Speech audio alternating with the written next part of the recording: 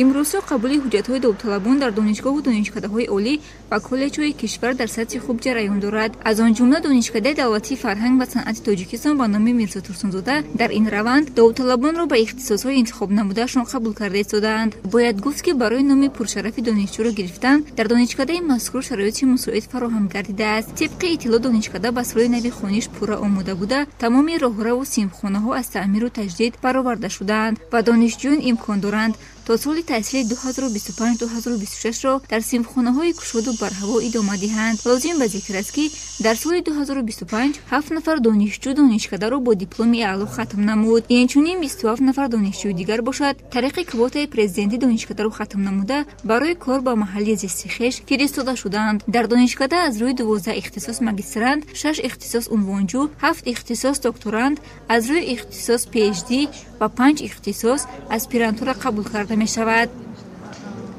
айни ҳол барои ҳуҷҷатҳоро супоридан ва барои қабули давталабон донишкадаи фарҳанг омода аст.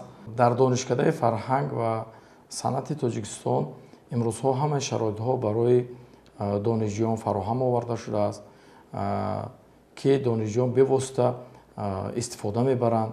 ҳамон бошад, ки студияҳои таълимӣ дорем, театри таълимӣ аст, ки донишҷӯён ҳунари худро дар онҷа сайқал медиҳанд ва дар хобгоҳи донишҷӯён шароити муҳайё фароҳам оварда шудааст, ки донишҷӯёни ноҳияи марказ, донишҷӯёни ноҳияи дурдаст барои хобу зиндагӣ кардан бисёр як шароити хуби зиндагӣ дар онҳо муҳайё мебошад.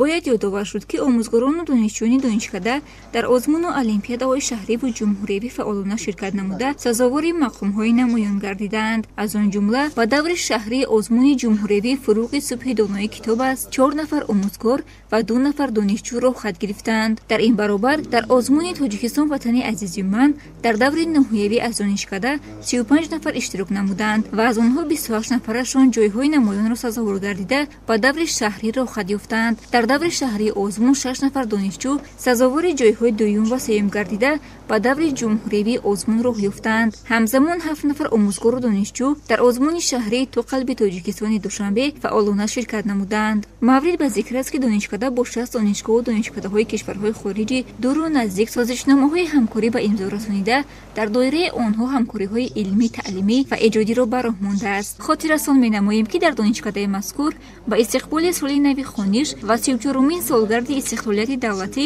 корҳои ободонию созандагӣ бо маром идома дорад. Аз он ҷумла дар саҳни донишкада гулҳо ва дарахтони ороишӣ, корҳои сафолакпӯшонӣ дар сатҳи зарурӣ ҷараён дорад.